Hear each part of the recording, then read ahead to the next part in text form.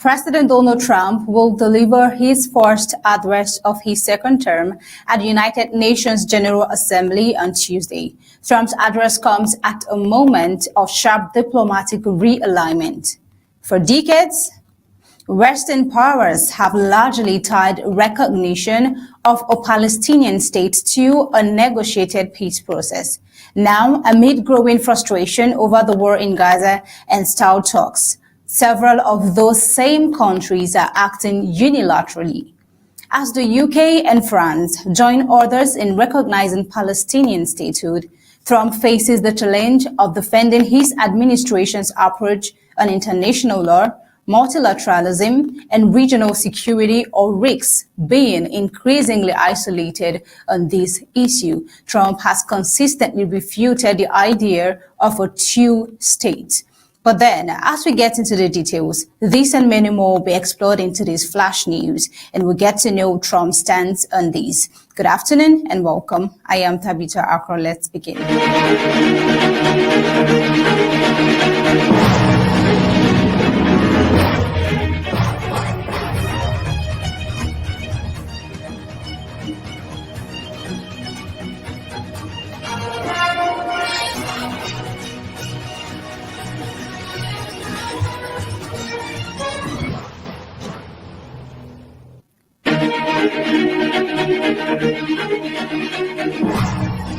Sorry, I think that's okay.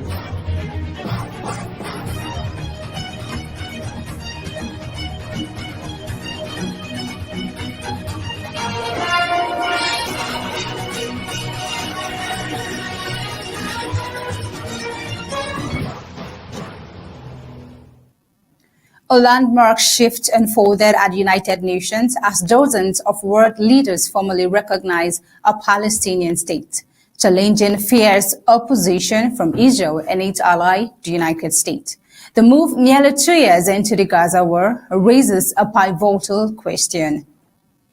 Can diplomatic recognition translate into peace on the ground, or will it harden divisions like we've seen?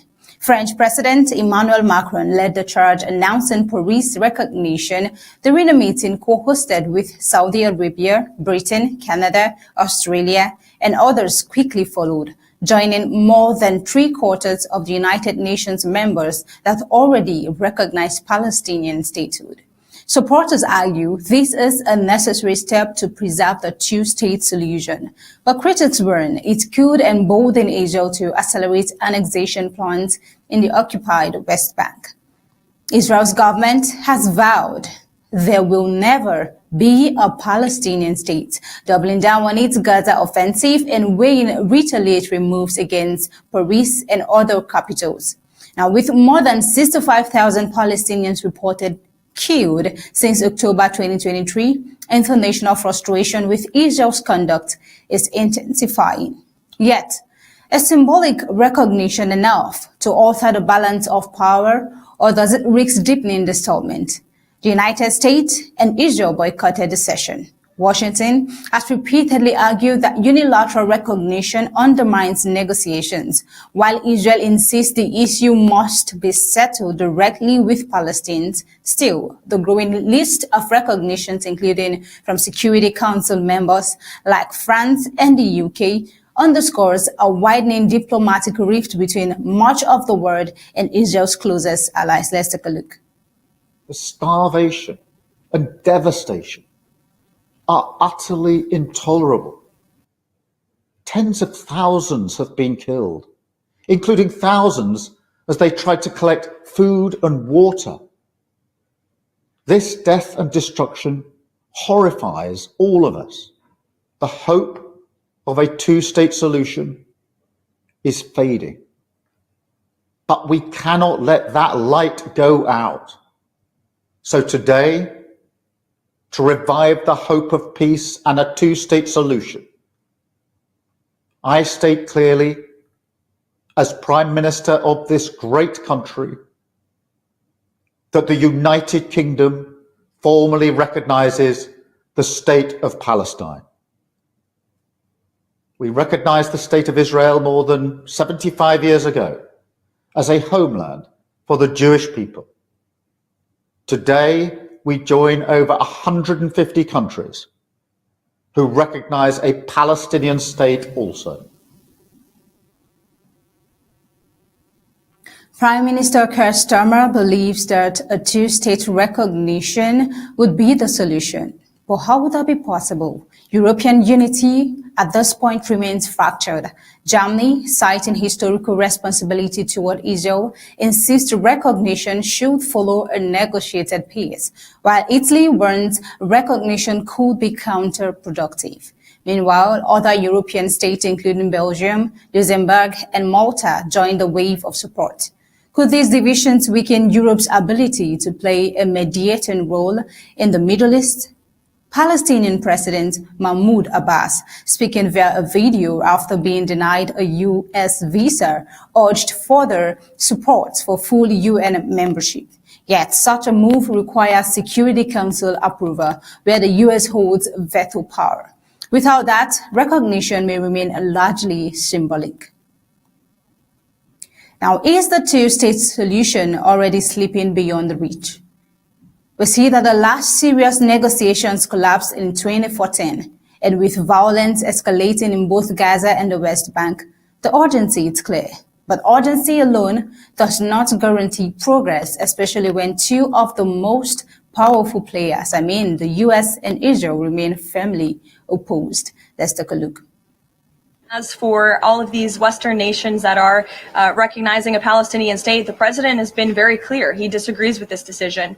He spoke about that in the UK, standing right next to his friend, Prime Minister Starmer. And he feels this does not do anything to release the hostages, which is the primary goal right now in Gaza, does nothing to end this conflict and bring this war to a close. And frankly, he believes it's a reward to Hamas.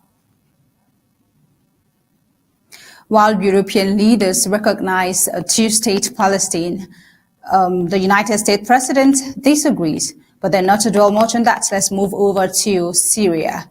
In Syria, Syrian President Ahmed al-Shara has renewed his call for the United States to lift sanctions on his country during his visit to New York, marking the first time a Syrian leader has attended the United Nations General Assembly in nearly 60 years. Let's take a look. And lift the sanctions put on Syria, because these sanctions were put because of the regime of Hafez al-Assad since 1979, even before we were born, because that was a country that fostered terrorism and such. These sanctions, specifically the Caesar law that was pushed by the American Congress on the former regime because it had tortured and violated human rights on its people. It had committed many violations against the Syrian people. But this is a former regime. This is past, so therefore these sanctions have to be lifted. And if these sanctions remain with the old regime collapse, then they'll be targeting the people and not the regime, the former regime. I think Syria. Al-Shara, who led the opposition forces that overthrew Bashar al-Assad in December, is seeking to expand Syria's international relations after years of isolation. He previously met the United States President Donald Trump in Riyadh in May, when Trump ordered most sanctions eased. However, the Caesar Syria Civil Protection Act of 2019 passed under al-Assad remains in force. Let's take a listen. After discussing the situation in Syria with the Crown Prince, your Crown Prince,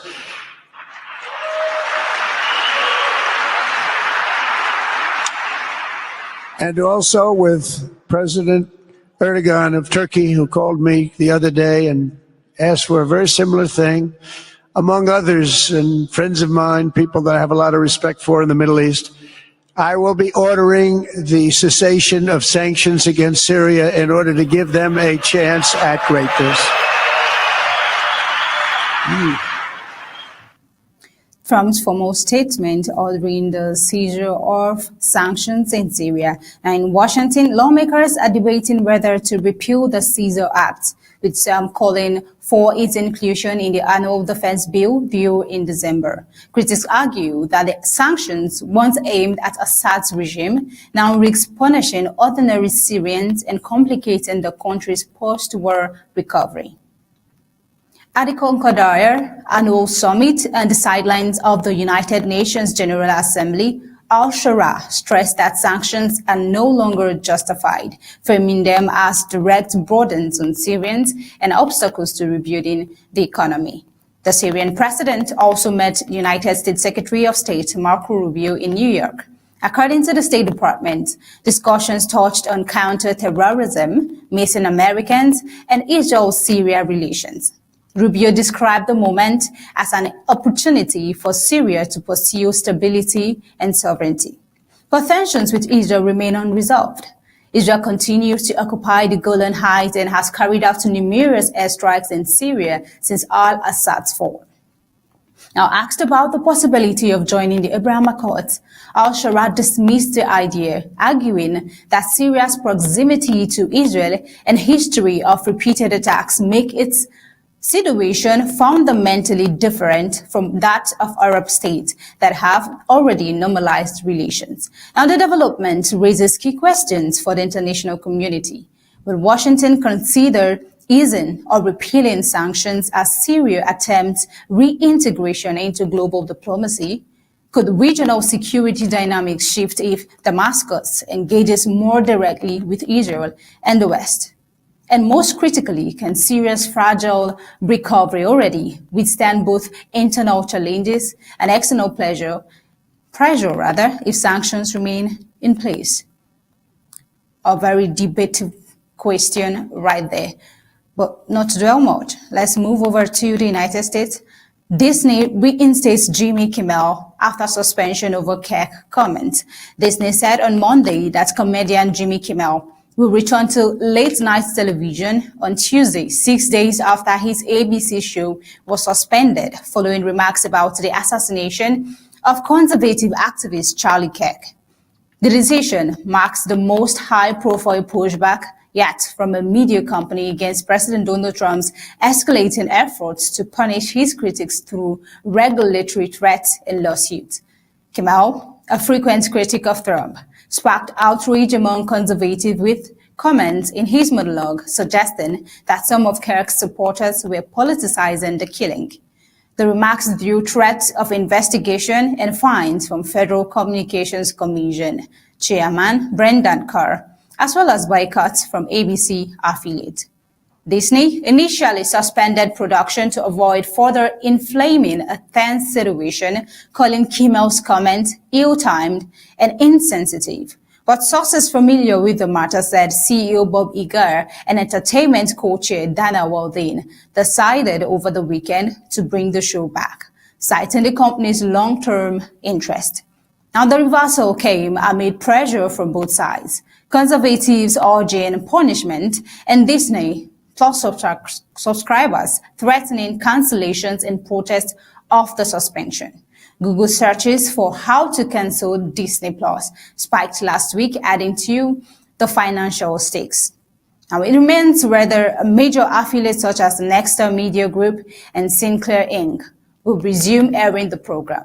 Sinclair said it would continue to preempt Kimmel's slot with news program while talks continue.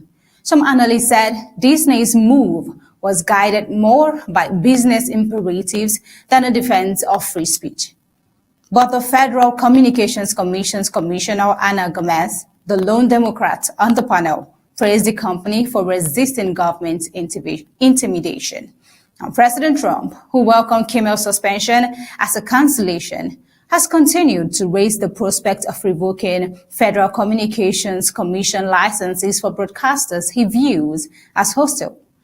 Kimmel is expected to address the controversy when his show resumes.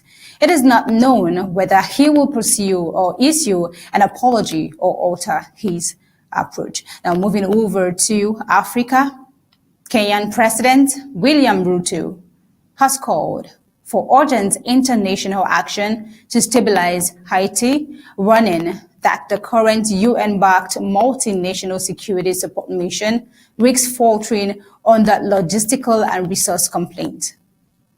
Let's take a look. For us to stabilize Haiti, to drive out the gangs. The gangs, in my very honest opinion, are cowards. Wow, William Ruto right there, speaking at a high-level meeting on Haiti during the United Nations General Assembly in New York on Monday. Ruto emphasized that the crisis is solvable but requires stronger support and reliable systems of transport and supply. He noted that unpredictability in logistics could undermine the mission, just as it has hindered past interventions. Now, the MSS was created in October 2023 by United Nations Security Council resolution. However, nearly 2 years later, fewer than 1,000 personnel, mostly Kenyan police officers, have been deployed to Haiti, falling far short of the planned 2,500 troops. President Ruto acknowledged United States support in providing equipment and transport, but flagged concerns about the condition of vehicles supplied, saying breakdowns in insecure areas have put personnel at risk. Meanwhile, Washington has renewed its push for a broader gang suppression force with more than 5,500 personnel, over 5 times the size of the MSS. United States Deputy Secretary of State Christopher Landau said the proposal has won rare unanimous backing from all 32 members. Unanimous 32 members of the Organization of American States.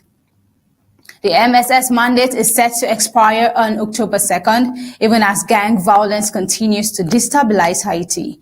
The looming deadline raises questions. Will the UN and its partners expand their commitment, or will Haiti be left exposed to further chaos? Until next time, this is where we're drawing the curtain on today's Flash News. Remember, we're bringing you Undaunted at the top of the hour, 8 p.m. Until then, do have a pleasant day and stay safe.